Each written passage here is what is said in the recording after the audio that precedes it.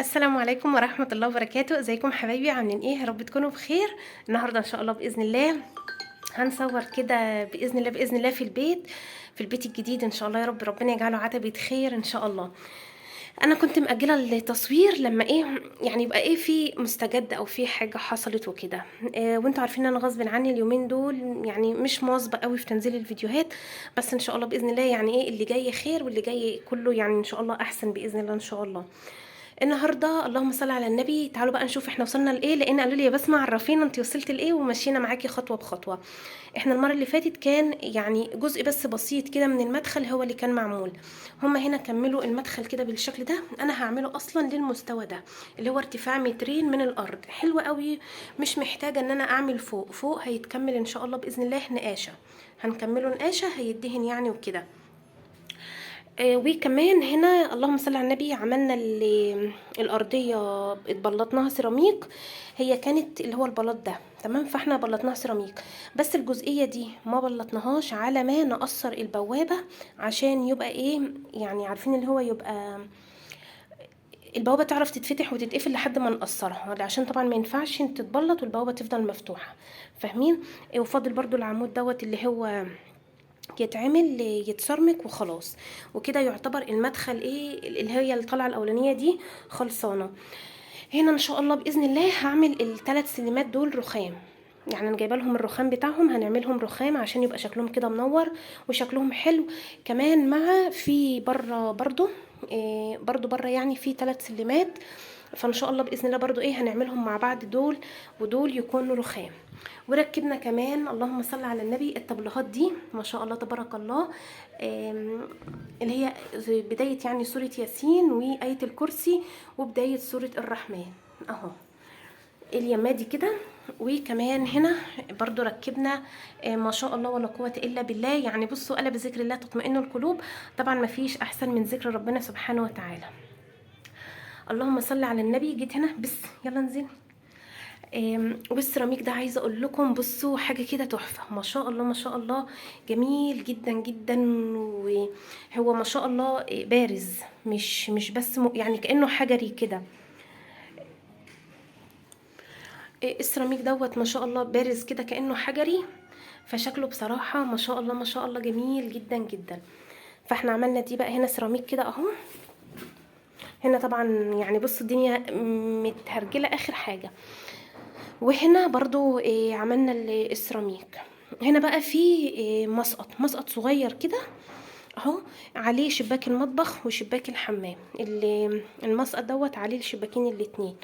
برضو عملناه هنا سيراميك اهو. هو طبعا هيتكمل، بس زي ما بقول لحضراتكم هما يعني خلصوا وانا قلت اصور وكده لحد ما وصلنا عليه. هنا بقى دي دخلت الشقة الارضي اهي، دخلت الشقة الارضي. اللهم صل على النبي اهو. برضو سيراميكناها، عملنا الارضيه سيراميك وبرضو عملنا الاوض سيراميك. بصوا هي الدنيا مدربكه عشان نكون متفقين. دي الاوضه ما شاء الله برضو مساحتها حلوه جدا جدا. وكمان الاوضه دي برضو هنا اهو برضو مساحتها حلوه، بس طبعا الاضاءه بايظه. والصاله كده اهو ما شاء الله ما شاء الله الصاله واسعه. وفي هنا اوضه والمطبخ والحمام. انا الشقه دي انا كده استوب فيها، مش هعمل اي حاجه. هي بس عايزه تظبيطات نقاشه وخلاص. بس انا بصراحه لان يعني بصوا الحاجه غاليه قوي قوي قوي، واللي يعني بصوا الدنيا فتحت خالص. فاحنا عملنا الاهم والاساسي. وطبعا في شقتنا فوق الاساسي هو اللي هيتعمل اهو. انا حبيت يكون معاكم الفيديو كده النهارده، يعني عارفين اللي هو لايف كده بدون تسجيل. تعالوا بقى بينا نطلع. بصوا بالنسبه هنا للسلم انا هعمل وزر بس على السلم. انا ما اقدرش ان انا بصراحه اعمل الحيطان سيراميك، يعني هيبقى تكلفه ماديه عاليه قوي قوي قوي قوي بالنسبه لي. انا كان نفسي اعمله على فكره، الدهان الغامق ده كنت نفسي ان انا اعمله سيراميك، بس التكلفه غاليه قوي. فانا هكتفي ان انا هعمل وزر على السلم بحيث ان هو يحمي السلم من مسح من كنس الحاجات من دي. فاهمين قصدي؟ وكده نقول بسم الله الرحمن الرحيم. انا النهارده على فكره ما جيتش خالص، انا لسه جايه ومش عارفه في فوق اضاءه ولا لا. هنشوف كده. لا الشقه ايه ده اهي. بسم الله الرحمن الرحيم. طبعا الشقه بقى مش عايزه اقول لكم كفته حاجه كده استغفر الله العظيم. بصوا الاوضه اللي هي هنا على السلم، اول اوضه يعني ليها بابين اتنين، باب اهو. معلش بقى انا بصور لكم في الضلمه، والله بحاول ان انا ابقى اجي بالنهار وكده، بس بيبقوا الصنايعيه هنا شغالين وانا بصراحه بتكسف اصور والصنايعيه موجودين. هم عاملين بصوا اهو، طبعا حاجه النقاشه وكده ومبطنين والكلام من ده اهو. هنا باب الاوضه دي اللي هي هتبقى على السلم، وهنا باب الشقه. بصوا بقى اللهم صل على النبي. بالنسبه لباب الشقه، انا كان باب الشقه اصلا كان هنا، يعني كان بيتفتح يقفل الباب اللي هو ايه باب الاوضه دي. هو حتى بصوا معلم في الخشب اهو من هنا مكان الباب، كان بيقفل اكتر من 3/4 الباب. فانا خليت النجار لفلي باب الشقه، فاصبح باب الشقه هيفتح كده بدل ما كان بيفتح كده. فبالتالي يعني حسيت ان الدنيا وسعت معايا، علشان بحيث ان انا لو مثلا من الاوضه للمطبخ ما يبقاش باب الشقه، لو مثلا انا فاتحه باب الشقه ما يبقاش باب الشقه قافل. لان طبعا الناس اللي هم عارفين ان هم عايشين مثلا في بيتهم او بيتهم لوحدهم، عارفين ان احنا انا ممكن ابقى سايبه باب الشقه مفتوح عادي، وكمان هعمل باب سلك هنا، باب سلك على باب الشقه من قدام، بحيث ان انا لو الصيف الجو حر او مسحه حابه الارضيه تنشف معايا، اسيب باب الشقه مفتوح واقفل الباب السلك عشان ما فيش دبان ولا ناموس ولا اي حاجه تدخل لي اهو. نقول بسم الله الرحمن الرحيم. هنا الاوضه اللي هي الاولانيه اهي بالبلكونه طبعا، بس زي ما قلنا ان اللهم صل على النبي ان الكهرباء ما فيش. هنا برضو الاوضه دي ما شاء الله تبارك الله اهي، متبطنه بقى ومتمعجنه، ومش عايزه اقول لكم ما شاء الله تبارك الله تبارك الله بصراحه. النقاش يعني الحمد لله يا رب اللي احنا جايبينه هو اللي كان عامل لي نقاشه شقتي هناك او بيتي اللي كان هناك. ما شاء الله شغله نظيف جدا جدا وشغله حلو قوي قوي قوي ما شاء الله. دي الاوضه هتبقى ان شاء الله بتاعت ولادي. والصاله هنا اهي برضو. الله بل ايه عمل الطرقه. بسم الله الرحمن الرحيم. انا والله لسه واخده بالي حالا منها اقسم بالله، هوريها لكم حالا اهو. دي كده هنا الصاله بقى ان شاء الله باذن الله. يعني انا هحط هنا البار بتاع النيش بالمرايه بتاع السفره يعني، ويا اما هنا يا اما هنا السفره، هشوف على حسب ما تاخد. لو هتاخد كده ومش هتعيق او هتعمل اعاقه للدخول الاوضه والخروج، هحط السفره بالعرض كده. لو هحس ان في قلق او زنقه المكان، فهحط السفره بالعرض. طبعا ده ان شاء الله باذن الله لما ابقى ايه يعني ساعة الفرش. طبعا الحاجات دي بتحكم. زي ما بقول لكم والله انا لسه حالا اهو شايفاهم ما شاء الله ما شاء الله ركبوا الرخام او السيراميك للطرقه. انا بقول لكم انا اول مره اجي النهارده، فقلت ايه اصور مع حضراتكم اهو ما شاء الله. حبيت اخليه كله يعني تحت في المدخل السيراميكتين اللي تحت دول بني، واللي باقي الدرجه دي. فانا قلت له خلي لي اللهم صل على النبي، خلي لي الطرقه كلها واحد. تمام اهو ما شاء الله جميله جميله جميله ما شاء الله اهو. دي كده الطرقه. انا بصراحه ما كنتش عايزه الحاجات اللي هي في دخله الطرقه دي او في الارج بتاع الطرقه دي، بس اللهم صل على النبي النقاش قال لي لا سيبيها، وانا ما كنتش عايزاها عشان تبقى سهله في التنظيف. انا بصوا بحب الحاجه تبقى بسيطه وسهله كده في التنظيف، انما دي 7 8 كده انا ما كنتش حباها بصراحه. بس هو قال لي سيبيها انا هظبطها لك واخليها لك زي الفل. فدي كده هتبقى دخلة الطرقه هنا اهو ان شاء الله. انا اسف للاضاءه عشان هنا الصاله ما فيش فيها اضاءه خالص اهو. اللهم صل على النبي. ودي كده الطرقه اهو من الجنب التاني. وهنا بقى الحمام هو لسه ما خلصش. يعني بصوا انا كنت حاطه امل ان النهارده الحمام يتعمل بصراحه، لان الشقه ما فيش فيها نور ولا ميه، لا نور ولا ميه. فانا كنت عايزه يبقى فيه ميه عشان امسك المطبخ اغسله، بس للاسف ما فيش ميه. فالحمام لسه. دي سيراميكه الحمام اهو حاجه كده قمر اهو. تمام.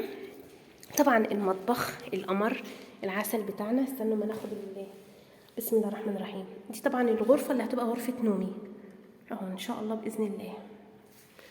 ناخد السلك كده بس ربنا يستر ما نتكهربش. بسم الله الرحمن الرحيم اهو. ده المطبخ طبعا بتاعنا. ندخل كده برجلنا اليمين ونقول بسم الله الرحمن الرحيم. حاجه كده عسل ما شاء الله اهو. اهو برضو المطبخ يعني ما فيش حاجه جدت فيه او انا ما عملتش حاجه يعني فيه من ساعه ما انا كنت مصوره مع حضراتكم اهو. بالنسبه بقى كتير قالوا لي يا بسمه اعملي ارفف رخام تحت الرخامه دي. بصوا انا مش عارفه، انا محتاره. انا في حد كان كتب لي وقال لي يا بسمه اعملي خلي الفلتر هو يكون تحت الحوض. الفكره دي عجبتني جدا جدا جدا. بالنسبه للرخام تحت البتاع ده الحوض لسه هشوف الفكره دي بصراحه. يعني بصوا لسه هشوفها. لو هينفع ان انا اعملها تمام هعملها. لو حسيت ان انا مش محتاجاها او كده مش هعملها يعني. عشان انا بصراحه انا عايزه اخلص. انا بجد انا متمرمطه حرفيا اقسم بالله ما بين هنا وما بين هناك. والدنيا عندي هناك بصوا كفته. يعني الدنيا هناك بايظه بوظان السنين بصراحه، وهنا بايظه بوظان السنين هي كمان. فانا عايزه انتهي. انا داخله على امتحانات عمر في ثالثه اعداد زي ما حضراتكم عارفين. فانا عايزه بجد انتهي واخلص يعني. لان انا بجد انا متمرمطه قوي والله العظيم. ايدي الوناسه. طب الحمد لله بتقيل اهو. وحابه اشكركم على تعليقاتكم وفرحتكم اللي انتوا فرحانينها لي بجد والله العظيم. يعني انا حاسه بيها، انا حاسه بفرحتكم وان انتوا مبسوطين لي. ربنا يا رب يبارك لكم، ربنا يا رب يكبر بخواطركم ويسعدكم يا رب، اللهم امين يا رب العالمين. وكان جالي تعليق برضو بالنسبه للثلاجه والفريزر ان هما يبسمه جنب بعض ممكن يكون غلط. بصوا انا هسال الكهربائي. مع بالرغم ان انا كنت ساله الكهربائي وقايله له يزود لي فيشه هنا، لان هنا زي ما حضراتكم شايفين هي فيشه واحده. فانا كنت قايله له اعمل لي فيشه كمان يعني مدخل تاني علشان اللهم صل على النبي هيبقى التلاجة والفريزر جنب بعض. قال لي تمام هعمل لك كده. يعني هو لسه الكهربائي هيشتغل.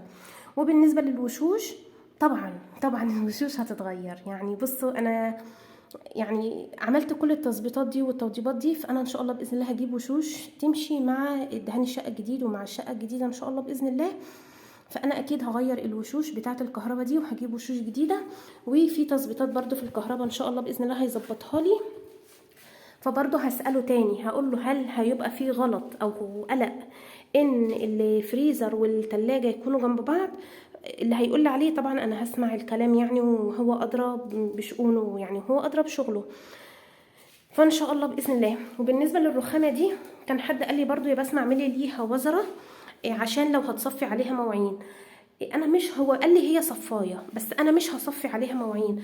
انا ممكن احط عليها العجان تكون دي الرخامه دي مستقله بالعجان علشان ما ازحمش الرخامه اللي ورايا اللي هو اللي انا يعني هكون حاطه عليها توابل حاجات من الحاجات دي ما ازحمهاش. فانا الرخامه دي ممكن اخليها تكون للعجان. والرخامه اللي يعني هناك كده يبقى يمين يبقى انا احط الصفايه اللي انا هصفي عليها المواعين. والرخامه دي تبقى الجزئيه دي برضو تبقى فاضيه معايا. هو طبعا النقاش مغطي اللهم صل على النبي. النقاش مغطي الحوض اهو.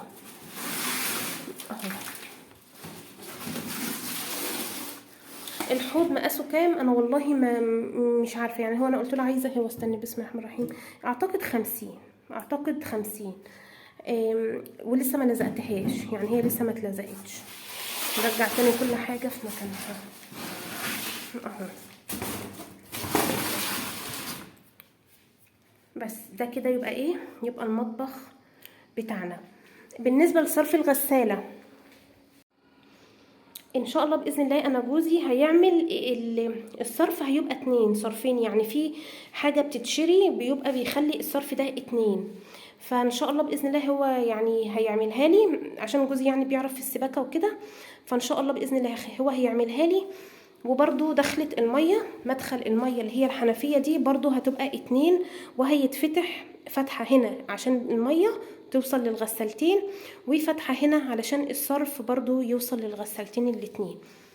يعني ان شاء الله باذن الله كل ده هيتعمل باذن الله ان شاء الله. دي كده ده كده المطبخ اهو. وان شاء الله باذن الله برضو هعمل طبعا تقفيله الموتيل من فوق يعني، والظرف دي برضو هتتقفل، مش هتتساب مفتوحه كده، هقفلها ظرف الموتيل ان شاء الله ان شاء الله باذن الله. بس ادعوا لي كده وربنا يا رب ييسر الامور ويدبر الامور يا رب يا رب ان شاء الله باذن الله يا رب على خير، ويرضينا جميعا ويجبر بخواطرنا ان شاء الله باللي نفسنا فيه يا رب اللهم امين. بصوا بقى السيراميكا دي عايزه اقول لكم عجباني موت يعني بجد. ودي هنا الاوضه اهي ما شاء الله ما شاء الله، الغرف واسعه جدا ما شاء الله اهو. وبالنسبه لحبايبي اللي بيسالوني بيقولوا لي يا بسمه في سطوح؟ طبعا في سطوح، انا ما اعرفش اعيش من غير سطوح. انا ما اعرفش اعيش من غير تربيه طيور، ولا ان انا اطلع على السطوح، ولا لا ما اعرفش بصراحه. فاكيد في سطوح يعني ان شاء الله باذن الله، ويعني ان شاء الله اللي جاي خير يا رب، خير لنا جميعا يا رب، وخير على الكل اللهم امين يا رب العالمين. وادعوا لي كده ان ربنا يا رب يدبر الامور وييسر الامور ويوسع ارزاقنا ويفرجها علينا كلنا يا رب اللهم امين امين يا رب العالمين. دي كده اهو. هحط بقى الفيشه اللي انا ماسكاها في ايدي دي، بسم الله الرحمن الرحيم. دي كده اهو، بسم الله، بس كده اهو. السيراميك ده كان موجود في الشقه، احنا مش عاملينه يعني، هو السيراميك موجود اهو. ودي كده غرفه ولادي، ربنا يهديهم يا رب ويبارك لنا فيهم ويبارك لنا في اولادنا جميعا يا رب اللهم امين يا رب العالمين. ودي كده اللي هي الغرفه اللي هي بتاعت الايه البلكونه اهو. والبلكونه ما شاء الله ما شاء الله عريضه وكبيره زي الفل اهي. هنا هي كده باينه علشان كانت المره اللي فاتت فيها شبابيك وفيها حاجات اهي. ما شاء الله ما شاء الله، ربنا يا رب يوسع علينا ويفرجها علينا يا رب جميعا، ويرزقنا جميعا كل اللي بنتمناه وبنحلم به يا رب.